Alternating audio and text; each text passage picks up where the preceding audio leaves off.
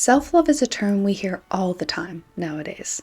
We're always told to love ourselves, as if it's that easy. That all we have to do is practice some self-care rituals and we'll love ourselves. But I've never felt like it's that easy. Because people always say, love yourself. But how are you supposed to love yourself if you don't even like yourself? If you're not kind to yourself? If you don't respect yourself? That's my problem. That's what I've struggled with for decades now. I'm only just starting to build a better relationship with myself, become a person that I'm proud of, start doing things for me, for the future me. And through these decisions, through this self-discipline and self-respect, I'm liking myself more. I can see the glimmer of self-love at the end of the tunnel. But it took so long and so much self-work to get to this point. So I don't think that's talked about at all or enough. The fact that self-love isn't just something that you can snap your fingers and have. And maybe if you don't love yourself, but you just hear people preaching, love yourself, you feel like you're doing something wrong. But it's not your fault. Building a positive, healthy relationship with yourself is hard.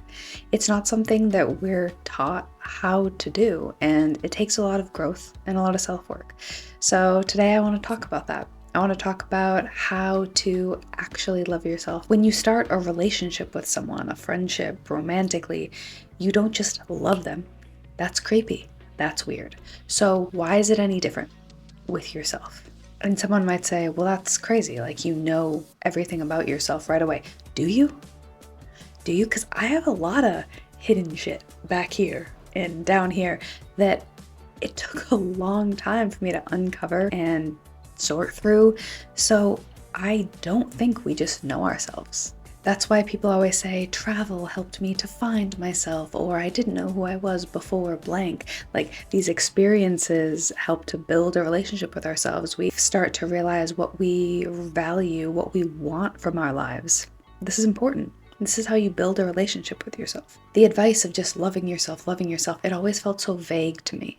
Like, what does that actually mean in real life? Just take bubble baths and go on walks? I mean, I love those things. Those things are fantastic. It's important.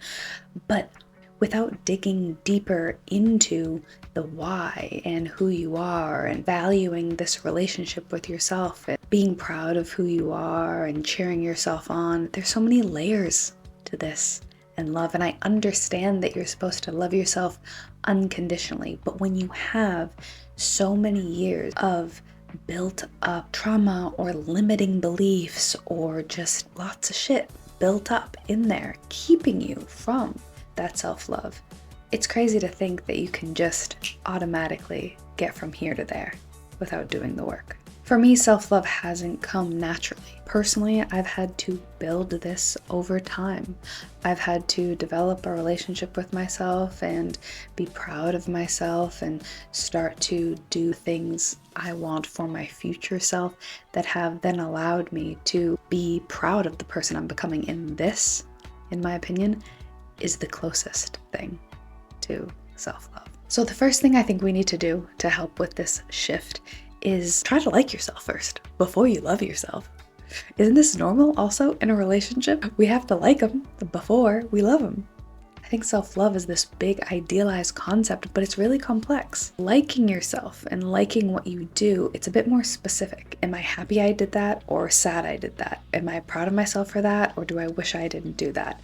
Love is this big, mystical, beautiful thing.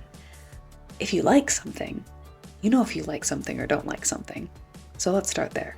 And liking yourself comes from being proud of yourself and the things that you do.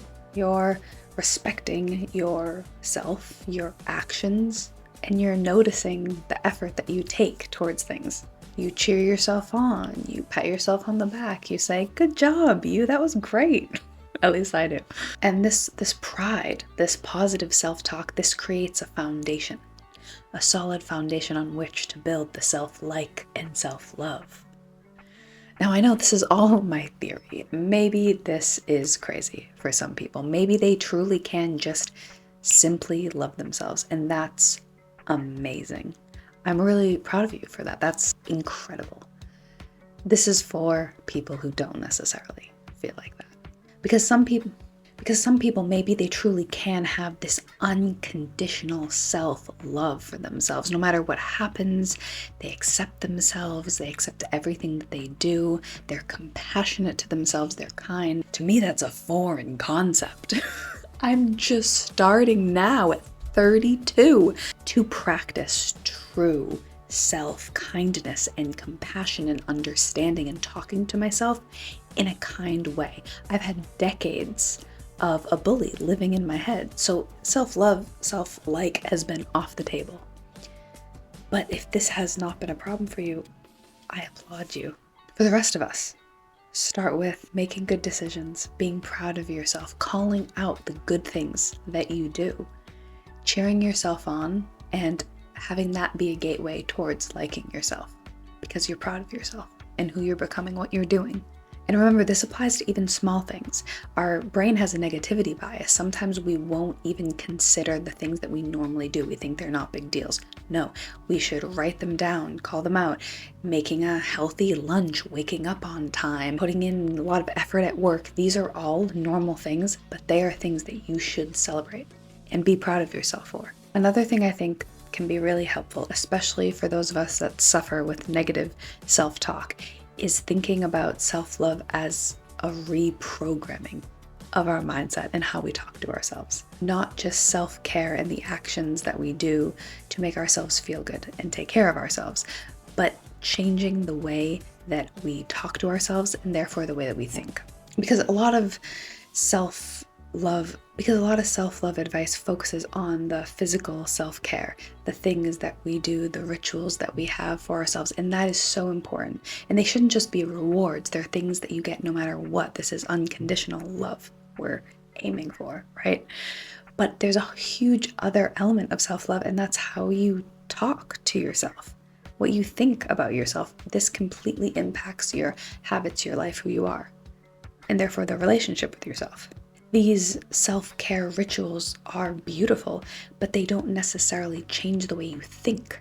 When you love someone, you don't constantly put them down. You don't talk to them in a derogatory way. But for so many of us, that's how we talk to ourselves every single day.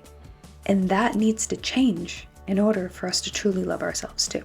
So having a bubble bath is great, but if you're laying in that bath and you're thinking about the most embarrassing things you've ever said throughout your life, that's not self-love.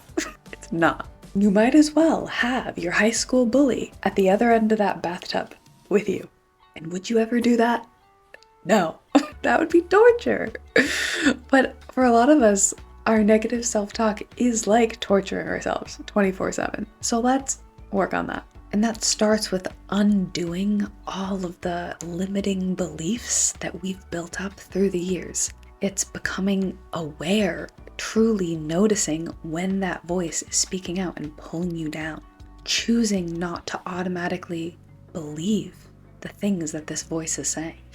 Labeling it as a limiting belief or challenging it out loud, saying why this isn't true, why we've grown and should no longer talk like this to ourselves. I made a whole video on parenting that inner child in your head that's throwing a tantrum and using our voice to combat those negative self-talk moments and limiting beliefs. It's so important. And so in order to build this self-love and a loving relationship with ourselves, we have to notice when that voice is speaking up, when it's criticizing and bullying us. And we have to really question what it says and not just accept it as truth or proof that we can't do this or be that. It's just noise.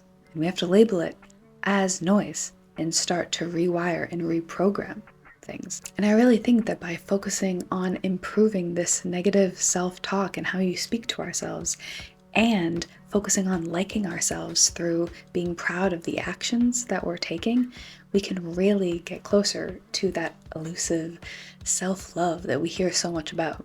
And being okay and knowing that we're not alone if we don't automatically feel this feeling of unconditional self-love, because in my opinion, it's truly something you build over time. So if there's anyone like me, I want you to know you're not alone, and we can build that self-love. We can practice that self-compassion, being kind to ourselves. We can be proud of ourselves. We can become the people that we want to be, actually building this positive relationship with ourselves, and being on the journey to loving ourselves will help us to get to the place we want to be and the person that we want to be.